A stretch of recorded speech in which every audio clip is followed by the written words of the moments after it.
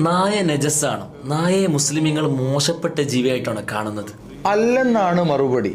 നായ നജസാണെന്ന് കരുതി അത് മോശം ജീവിയാണെന്നോ നായയെ വെറുക്കണമെന്നോ അല്ലെങ്കിൽ നായയെ കാണുന്നിടം കല്ലെടുത്തെറിഞ്ഞ് ഓടിക്കണമെന്നൊന്നുമല്ല. ദാഹിച്ചു വലഞ്ഞ നായക്ക് ചെരുപ്പഴിച്ച് അതിൽ വെള്ളം കോരിക്കൊടുത്ത് സ്വർഗാവകാശിയായ ഒരാളെ കഥ റസൂല് പഠിപ്പിക്കുന്നുണ്ട്. അസ്ഹാബുൽ കഹ്ഫിന് കാവലിരുന്ന ഖുർആൻ പരാമർശിച്ച ഒരു നായയുണ്ട്. ആ നായ സ്വർഗത്തിലാണെന്ന് പണ്ഡിതന്മാർ പറയുന്നത് കാണാം. രോഗത്താൽ ശരീരമാകെ വ്രണപ്പെട്ട് പൊട്ടിയൊലിച്ച് ദുർഗന്ധം മൂലം നാട്ടുകാർ എറിഞ്ഞോടിച്ച ഒരു നായയെ ഷെയ്ഖ് റിഫായി റഹിമുള്ള ഒരു പുഴയിൽ കൊണ്ടുപോയി കുളിപ്പിക്കുകയും അതിനായി ഒരു കൂടാരം നിർമ്മിച്ച് ഭക്ഷണവും മരുന്നൊക്കെ നൽകുന്നുണ്ട്.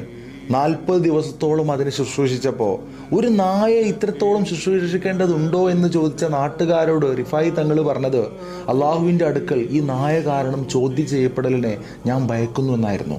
നായ ഒരു മോശം ജീവിയല്ല, എന്നാൽ നായയെ നനവോടെ സ്പർശിച്ചാൽ 7 പ്രാവശ്യം കഴുകണമെന്നും അതിലൊന്ന് മണ്ണ് കലക്കിയ വെള്ളം കൊണ്ടാവണമെന്നാണ് ഇസ്ലാമിൻ്റെ നിയമം. കാരണം നായ നജസ്സാണ്. നജസ് ശരീരത്തിലായാൽ അത് കഴുകൽ നിർബന്ധമാണ്. അത് സയൻറ്റിഫിക്കലിയോ ലോജിക്കലിയോ നോക്കിയിട്ടൊന്നുമല്ല, അള്ളാഹു പറഞ്ഞ ദീനിൻ്റെ ഒരു നിയമമായതുകൊണ്ടാണ്. അതിനർത്ഥം നായ മോശപ്പെട്ടതാണെന്നല്ല.